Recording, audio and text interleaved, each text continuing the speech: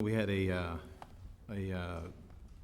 severe rain event last Monday, and I think it's important that I bring not only the council but the residents up to speed on some facts about the storm and also some facts about the city's response and the city's ongoing response as it relates to stormwater. So there's literally mountains to cover, and I'm going to try to just hit on some of the highlights, and then we'll take it from there. So, last Monday, June 15th, before I even get started, today we had a bit of an incident. We had some high winds, and power was knocked out to 1,200 people here in Elmhurst. We've been working with ComEd directly west here of City Hall all the way to the quarry, about 1,200 folks. Last update within the last half hour was everybody but about 100 folks are back on. If anybody here has happened to be listening, if you're not on, please do call ComEd. That having been said, Monday, June 15th, 2015, we had another significant storm event. You'll see some of the bullet points listed up here. We had rain gauges all over the city, and between us and DuPage County, it averaged about 4 inches in 24 hours. We had one rain gauge in the south end of town almost at 5 inches. How is that categorized? That's roughly somewhere between a 10 and 25-year event. I use that as only a reference for the scale of the event. I think all of us here in Elmhurst know not to give any meaning to how many years before the next event. I think it's truly become the norm. With the heaviest concentration of over an inch of rain in less than a half an hour. The city did open up their emergency operations center, was certainly fielding calls before then, and both police and fire had all hands on deck, and I want to thank them for all of their hard work, including pulling 13 people out of submerged vehicles, vehicles that were submerged and folks trapped, and, not necessarily in, but on the vehicles and around the vehicles at the underpass and also North Avenue and 290. So I do want to commend staff. I think as much as we have a lot to discuss tonight, probably the number one thing is bullet point number 5 there, in that even though we did face some challenges, nobody got hurt. Thank God for that. You can read some of this, and other thing I'll announce is all of the documents that I referenced this evening, most of them are already available online. City staff's going to put together a short press release with links in it electronically, so anything that I'm referencing tonight, you'll be able to go on the City Hall's website tomorrow and click on any one of these documents that I referenced, including this PowerPoint presentation. So this is a topographical map that gives you a rough idea. This is Elmhurst clearly, and green is the low point. Low points here and low points here, and there's a ridge that runs right through Elmhurst. Basically, this upper third of Elmhurst down to about Brenhaven, the corner of Brenhaven, drains toward Addison Creek. So drains toward 290 and 294. In fact, there's 2 reservoirs there that take on some of that water. All city operations, all pumping capacity operated, and none failed. We did have a power outage at East End for one of the lift stations, but the backup system did kick in. The remaining basically 2/3 of Elmhurst all drain toward the creek. So our storm sewers drain directly into the creek, and much like your sump pump, water runs into the creek until the creek gets to a certain level, and then like the float on your sump pump, when the creek gets to a certain level, those gravity-fed drains actually close, and then pumps kick on, and then water gets pumped over the sides of the creek water gets pumped over the sides of the creek into the creek. Now there's a limited amount that we can pump by law. We always maximize out what we can pump, but we can't do anything more by law. That's the topographical. This is a little better graph, and both of these will be available online, and there's a chart that you really can't read here, but this is areas that flooded, and these are all reports that we received, whether it was from police or fire or public works, homes that flooded, streets that flooded, whether it was overland flooding, whether it was seepage, whether it was water into the homes. And again, this will be available online. So everything operated as planned, but the many parts of the system were overwhelmed. The underpass took water, and that's one that folks seem to discuss when it does happen. At the time when the underpass was built, back in the late 70s, from a ballpark standpoint, the cost of the underpass, let's just say, was about $20 million. At the time, there was discussion of keeping the underpass clear by putting a pipe and a pump to run anything that gathered at the bottom of the underpass all the way out to the quarry. That would have been about 50% of the project. Council at that time decided not to do that, so in effect, creating an area that would flood. So the underpass actually, by lack of design for pumping out, floods before houses do. So that's something that's pretty standard, and within a day that was pumped out. This is a chart that just indicates how many storms we had of a certain level. And again, some people asked for this chart, so we put it in there. But I think this next chart is a little more telling. So these are the significant storm events of 25 years, events considered 25-year occurrence or higher in Elmhurst. And I think the most significant part of this chart is right here. Okay, so if you look between 1987, if you were here in 1987, we had a significant amount of rain. Sugar Creek, Storm Creek overflowed its banks, flooded a big chunk of Elmhurst, and it was kind of a disaster for everybody. But when folks, ask what's changed, what's the difference, because my home hasn't flooded in 20 years. Well, if you look right here, we've got a 21-year gap before we had any significant rain event. And if you look here, in less than 8 years, we've had 6 significant rain events that we hadn't experienced in the past. I think that's just important to note as it relates to what we're facing. Now, these are considered, the gauge of the events, the type of the events is along the y-axis there. I just consider this now the norm. I don't consider this a 25-year event or a 100-year event. In fact, these events here were actually 100-plus events. These 3 right here, would actually go a little bit higher. But that's just to give you an idea of the stuff that we were facing in the last 8 years that we didn't face in the previous 21 years. Here's a specific data as it relates to that chart. One of the things that also comes up during these events is, did you open the quarry? Was the quarry opened to help with the flooding issue? In 1987, when we had that flood and the quarry overflowed its banks, majority of the south part of Elmhurst, the southwest part of Elmhurst, was considered in a floodplain. And Elmhurst worked very hard with county to not only increase the size of the banks of the creek, but the county actually purchased the quarry from a private owner and put in the system here where you see that thing that says a fixed weir. So this is, if you're standing south of here, so you're standing by Courts Plus or Portillo's or Chick-fil-A and you're looking directly north, that's the view that we see here. This here, which they call a fixed weir, is it's a fancy word for the bank of the side of Salt Creek. This weir, as it is directly next to the quarry, is the lowest point or the lowest bank for Salt Creek in Elmhurst. So why is that significant? Well, when Salt Creek raises to a certain level and overflows its banks, it's going to overflow here first, right next to the quarry. So the fact of the matter is, if you look at this next slide, this is what happens when Salt Creek rises to a certain level. Nothing needs to be turned on. It actually happens automatically. And as of today, the only thing that the quarry is designed to do is to relieve pressure off of Salt Creek to keep that water level in its banks. And since the flood was 1987, I think that this part of the project was operational in maybe 92 or 93.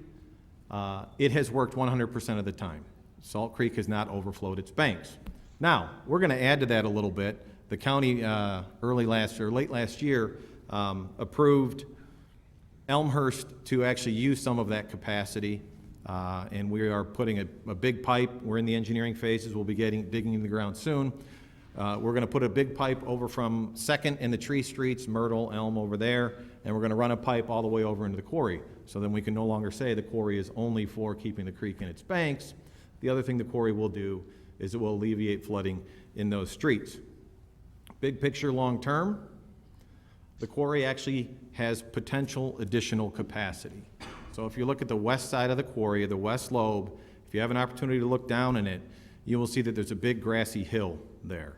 That hill is actually filled with what's called clean landfill. So it's concrete and stuff like that. It's capped with, I think, clay and dirt, and has grass growing on it. But the city may have an opportunity to excavate some of that and buy additional capacity in the quarry. Long term, if that works out and we get approval from a whole bunch of folks, including DuPage County, Army Corps of Engineers, and a bunch of towns south of us, we may have the opportunity to pump more water into the creek at the south end of town during an event if we can prove to them that we're pulling water out of the creek at the north end. This is an actual picture of what it looks like. This is basically a concrete bank of the creek, and when it raises, it flows over. Now, at the very end here, there's a little gate. If the county wants to increase the capacity of water spilling into the creek, they can actually open a little gate right here. But all that does is bring water in quicker. As I said, since its inception, I think it was operational around '92, this has operated the way it's supposed to, and the creek has not overflowed its banks. So that gives you a rough idea of some of the stuff that happened during the rain event, what police and fire did during the rain event, and happy to talk to folks afterwards with any specific conversations or any specific questions they have. Since 2010, there was an action plan put in place. Again, these are all available online, but we have about 600 pages of Christopher Burke engineering reports and RJN sanitary sewer reports. In here is literally tens of thousands of facts about why Elmhurst floods, where it floods, whether it's a stormwater flood, whether it's a sewage flood, along with suggested things that we can do to fix it. We're doing many of the things that are in here we're doing. Some of it requires cooperation, and we continue to work with those folks to get that cooperation. We have a list on our website of stormwater policies that have been put in place since then. We've got a 7-page list. This is a growing list or a working list of all things that have been done to address both stormwater flooding and sanitary flooding. And these are all things that have happened, both infrastructure and policy. One of the things that I do want to point out that's contained in here is that all flood plans as it relates to the city of Elmhurst, and really all flood plans, if you look to new developing towns, all flood plans contain a combination of infrastructure and overland storage. It's the most efficient thing to do. It's actually the most effective thing to do. So the city of Elmhurst problem, as we continue to address it, will always include overland storage and infrastructure upgrades. In 2013, actually July 2013, about a month from now will be the two-year anniversary, I started and sent a letter to Jim Collins and Colette Cabisa, the president of the Park Board and the School Board, recommending that we start a communications committee for the sole purpose of fostering any communication issues between the three groups and ultimately getting to an IGA that would allow us to utilize some of the land. Elmhurst being a mature community of 175 plus years, we don't have the ability of going backwards in redesigning the town. So the open land that we do have is primarily in parks and schools, and many of the solutions or many of the mitigating projects in these documents are on parks and schools land. So it's imperative that we work with those folks. We've been working with both parks and schools for about 2 years. Real quick, and then we'll wrap up and get on with our meeting. As it relates to the Elmhurst Park District, we continue to meet on a regular basis. We met last Thursday on the 18th. There are 2 projects that we are considering. This is York Commons. I think most of you recognize this. This is York Road. This is the Canadian National that runs to the north of it. York Road, Canadian National that runs to the north. Here's Smalley Pool. This was the original proposal that we had. As I said, overland flooding is probably, overland storage is probably the most economical way to handle these types of situations. In this case, what you see here is, this is a common theme in what the city is proposing, is a dual-use field. So this is an example of a softball field that has a gentle slope or a grass dish that allows it to be dual use. So we would actually upgrade the fields itself and the soccer field. During these rain events, so we've had 7 in the last 8 years. So I like to look at it as when operating as designed, you would probably see this softball field would be out of commission for about 2 to 3 days during one of these events. So over the last 8 years, we're talking about maybe a 21-day inconvenience to the folks who want to use these fields versus the folks who we're giving flooding relief to.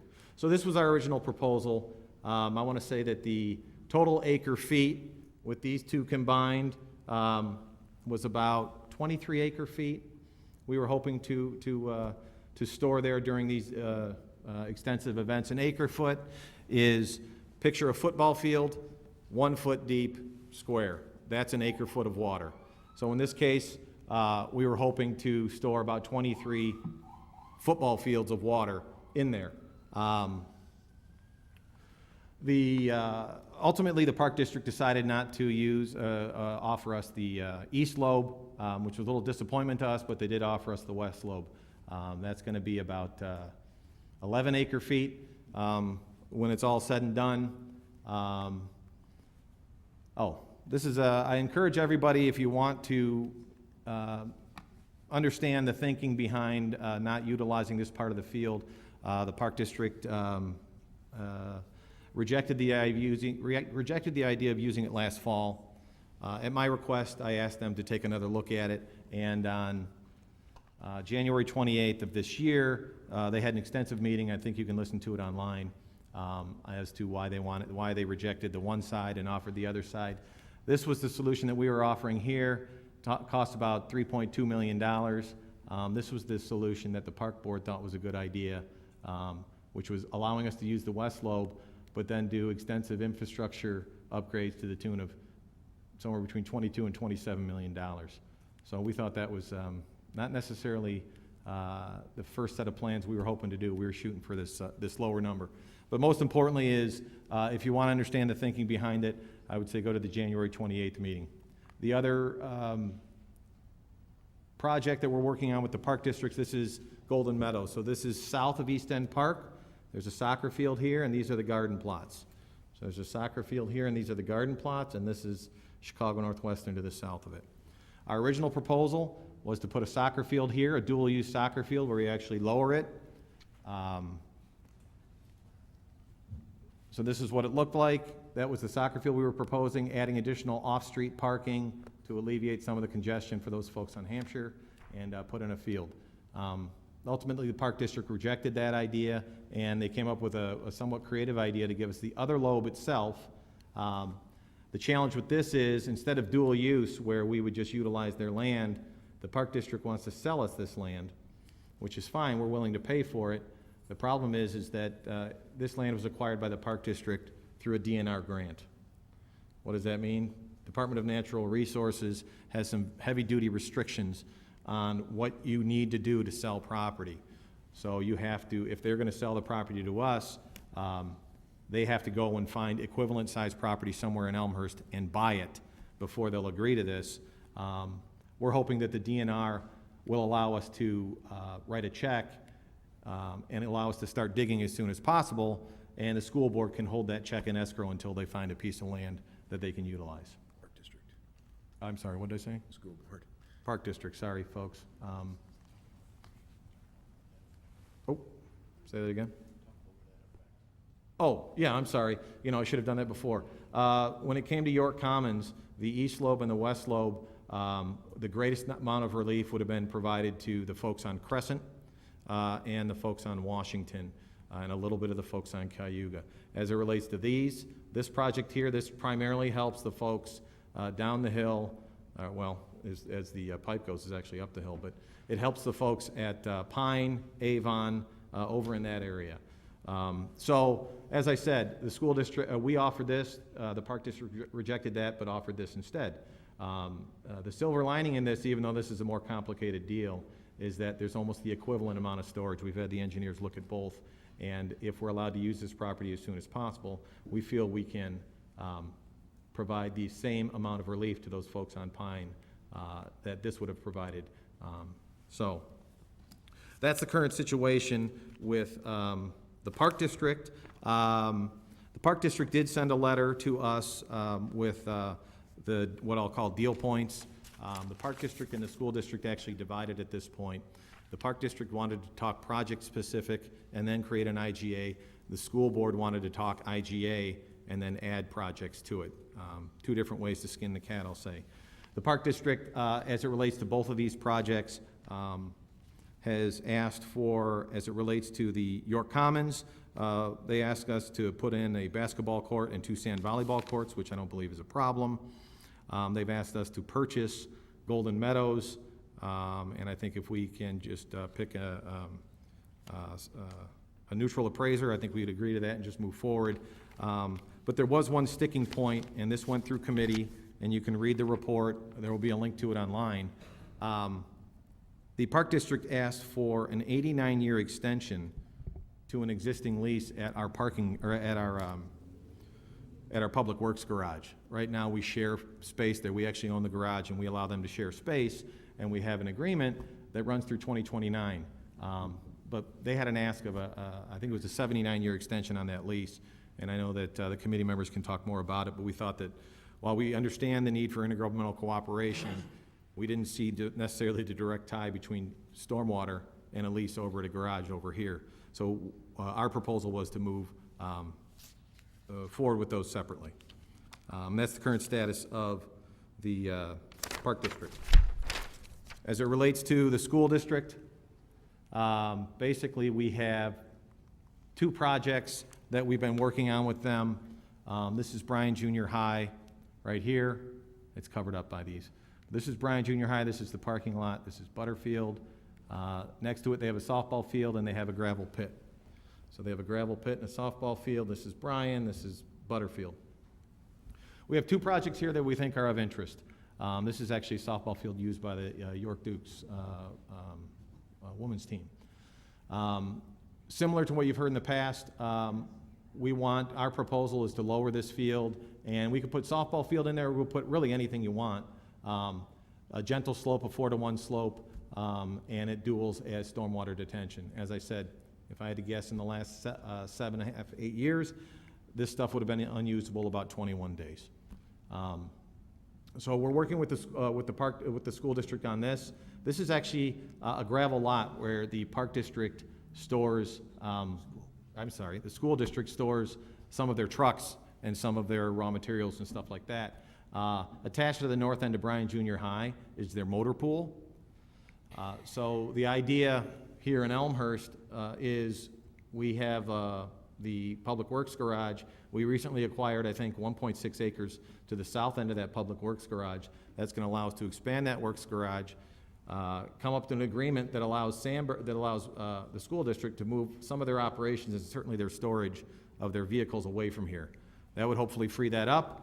And then, depending on what the school district wants, but really the residents in terms of dual-use fields, you could almost start with a whiteboard and create anything you want, and combine that with stormwater. I should point out that all projects that we have mentioned, both with stormwater and with the parks, the intent is for the city to fund 100% of all of those projects. Even the amenities as it relates to basketball courts, volleyball courts, softball fields, et cetera, it would be our intent to pay for those amenities, upgrade them, and then turn them over to the schools and parks.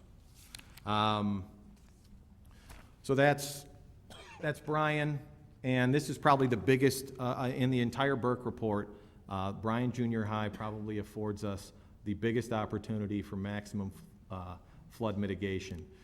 Depending on how we design this, we could have over 40 acre-feet of flood mitigation, assuming we get permission to do so. According to the Burke report, at any given time during a 100-year event, our problem is about 121 acre-feet. So 40 acre-feet in one location is a pretty big bite out of that problem. The other one that we've been working on, this is a close-up of that. The other one we've been working on, this is Madison. This is Madison School, so it's, the whole picture isn't here, but this is the south end of Madison. I think there's a couple of bitty soccer fields here now, parking lot, and then up here is the actual center for Madison. And this proposal is very similar to the ones you've seen in the past. We'd actually lower it down a little bit, have some detention, but make it a usable field. The school district, I know, has asked for not only for us to create this, but to fund an ADA playground. The status of that is, like I said, the schools wanted to work with an IGA. The thought was if we hammered out the IGA, then the additional projects could be addendums to that. We sent the IGA to the District 205 last August. We got it back toward the end of May. And last week, we sent all of our comments back to the school district. So that's really the current status of our current relationship with the parks and schools. Now, I'd like to add a little bit to that. Our number one issue is stormwater. Our number two issue, really, has become communication and misinformation as it relates to these projects. I'm the one who recommended the formation of this communications committee, and did so with all the right intentions. What I didn't see, and I think that my friends in the parks and schools, and by the way, I want to thank them for their work and their participation on this communications committee, but what I didn't see is some of the downsides. One is miscommunication. So we've been having these meetings. We usually hold them at 7:30 in the morning here at City Hall, and 2 members from the parks or 2 members from the schools will show up, along with their staff, usually a superintendent, maybe an engineer, and then the equivalent for the city side. 2 aldermen, myself, an engineer or 2, and the city manager.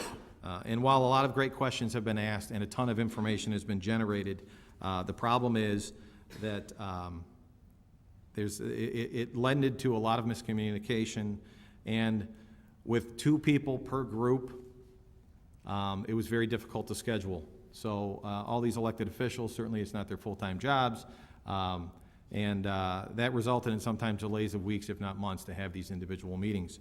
And I personally believe that's unacceptable. Ultimately, the residents of Elmhurst suffer. The other thing that was missing here, the intent was to have these meetings and then go out to the public and inform them of what happens. The problem is that by not having these meetings in public, it did not allow the residents of Elmhurst, yourself, to provide input at the time. Basically, what we would do is we would take that information and we go back to our respective groups. So the park folks would go back to their groups, school back to theirs, and city officials back to our groups, and then communicate here. But there wasn't a back and forth. And it ultimately ended up being too slow and unfair to the residents of Elmhurst. Now, I don't believe there's anybody from the parks, the schools, the city, or even the residents who think that this process is working as well as we want. We need to change this process for the residents as soon as possible. Prior to this meeting, I sent an email to President Collins, President Ebner-elect, and President Carolyn Ubriaco, highlighting what I feel are the required changes. As I stated, the 2 biggest issues are communication and frequency of meeting. So starting now, I'm calling for these Stormwater Committee meetings to be held in public at a time when residents who can attend and want to attend can do so and provide input. Second is to change the frequency. I believe we're close on 2 IGAs, and I'm committed to calling for the meeting schedule to increase until such time that we have 2 IGAs signed and that we have projects underway. I know attendance will be difficult for all members, but here's how I look at it. We've got 7 park board members, we've got 7 school board members, we've got 14 aldermen and an elected mayor. I don't think it's too much to ask these elected officials for once every 2 weeks for 2 of them to show up at a meeting. So I've sent an email to the folks over at the parks and at the schools, and I'm proposing that we have our first meeting on July 9th. That's a Thursday. I checked the schedules. I did not have an opportunity to talk to them directly, but on none of the websites do they have a meeting scheduled for July 9th. I'm also proposing that at least for the first 2 meetings, that these meetings be held here at City Hall. I think it's important that these meetings are recorded, so folks like yourself, if you can attend, will be able to view these online. And then after that, if the Parks and Schools can accommodate and have the facilities to not only house the amount of people, but also can video record these, then I think it's certainly appropriate to rotate these. That's really it. I think that this is the best thing we can do moving forward. I want to increase the frequency, as I said, to every 2 weeks. I'm hoping that my counterparts in Parks and Schools can make that happen. We do have an IGA from the IGA returned from the schools. We gave a response last Thursday. This will also be posted online for everyone to read. And I look forward to the meeting on the 9th to public input and to a spirited discussion between school board, park board, and city officials, elected city folks. So that's it for my update on stormwater.